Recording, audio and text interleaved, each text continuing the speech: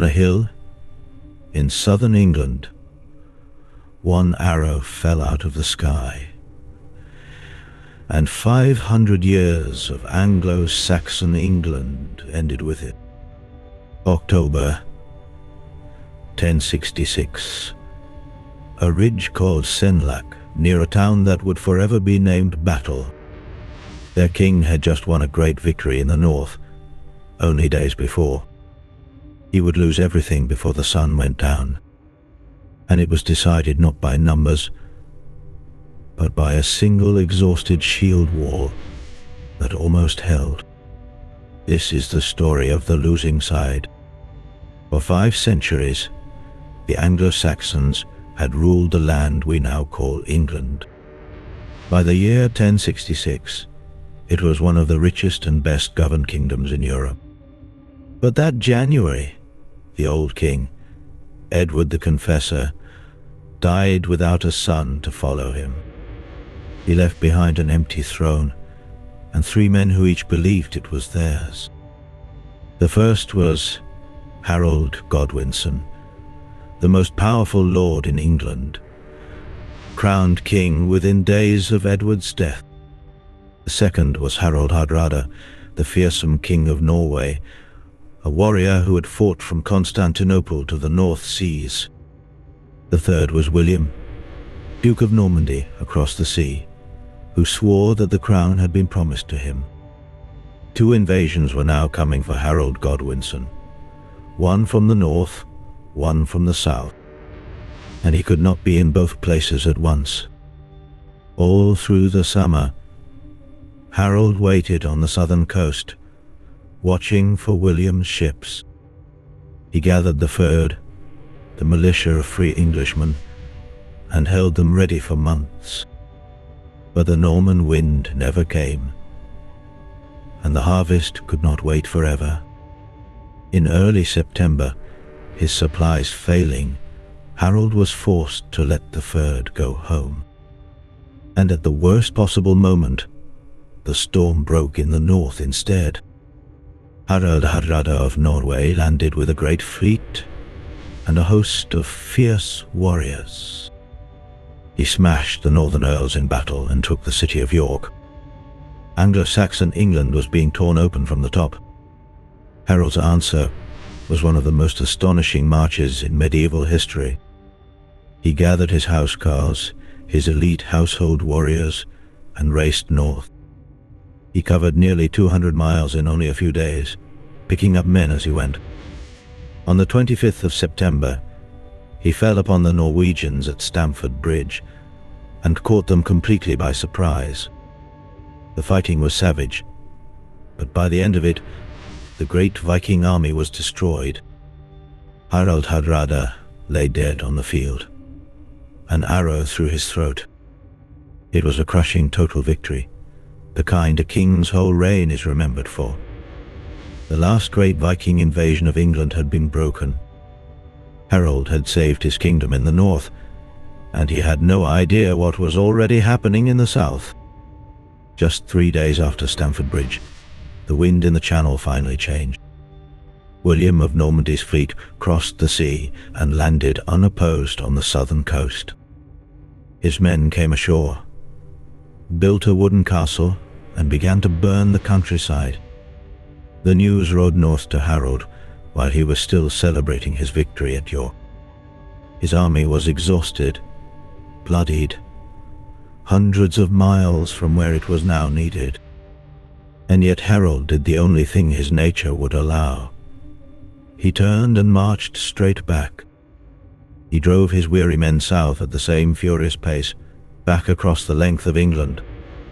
Some historians believe this haste was his fatal mistake. He could have waited and gathered fresh strength.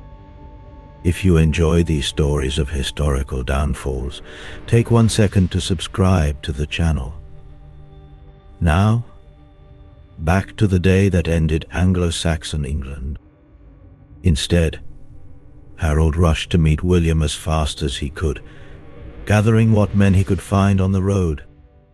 On the morning of October 14th, he formed his army on a ridge called Senlac Hill, blocking the road to London.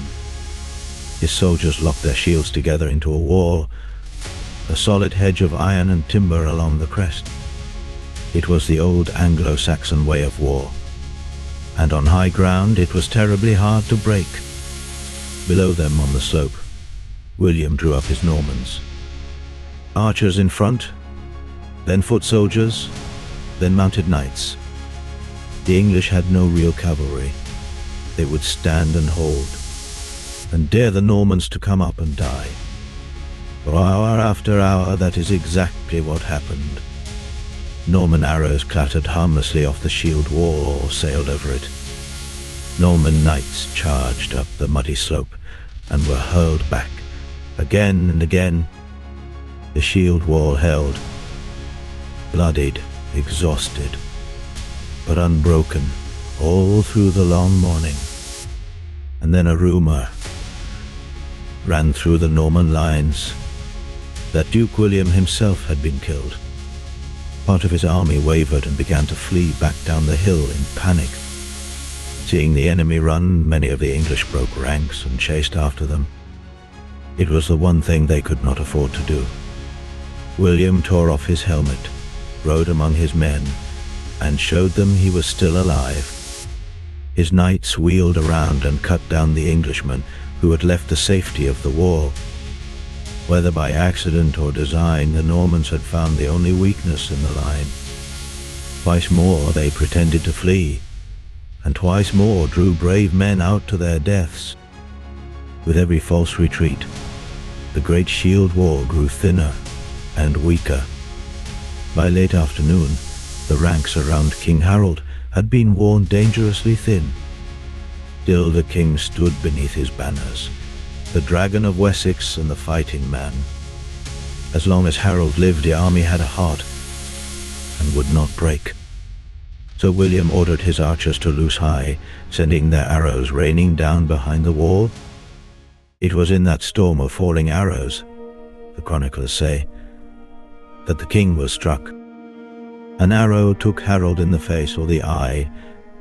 The sources are not certain, and never will be. Wounded and blinded, the king was cut down by Norman knights who broke through to his banner. Around him, his loyal housecarls fought to the last man, dying in a ring over his body. When the word spread that the king was dead, the heart finally went out of the English. The shield wall that had held all day at last shattered, and the survivors fled into the dusk. The Anglo-Saxon army was destroyed, and almost its entire ruling class lay dead on the hill. Harold Godwinson had been king for just 9 months. He had won one of the great victories of the age in the north, and lost his crown and his life in the south. There was no one left of stature to gather a new army. The lords of England were dead beside their king. William marched on London, and by Christmas Day of 1066, he was crowned King of England. The Normans built castles across the land to hold down a conquered people.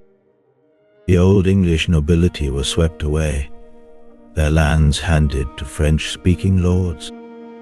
Even the language of the rulers changed. For centuries, England would be governed in a foreign tongue. An entire world, Anglo-Saxon England, its kings, its earls, its way of life, was gone in an afternoon, and it had hung on the thinnest of threads the whole day. If the shield wall had not broken its ranks to chase a fleeing enemy, it might have held until dark. If Harold had waited, rested his men, and gathered fresh furred, the day might have gone the other way. If one arrow had fallen a few feet wide, England might never have become Norman at all. But the wall did break, and the king did not wait, and the arrow did not miss. The Conqueror's victory reshaped England forever. Its laws, its language, its very name on the world. Hastings was not lost to cowardice. The English stood and fought from morning until the light was gone. It was lost to exhaustion, to one broken rank, and to a single arrow out of a falling sky. Harold Godwinson is remembered as the last crowned Anglo-Saxon King of England.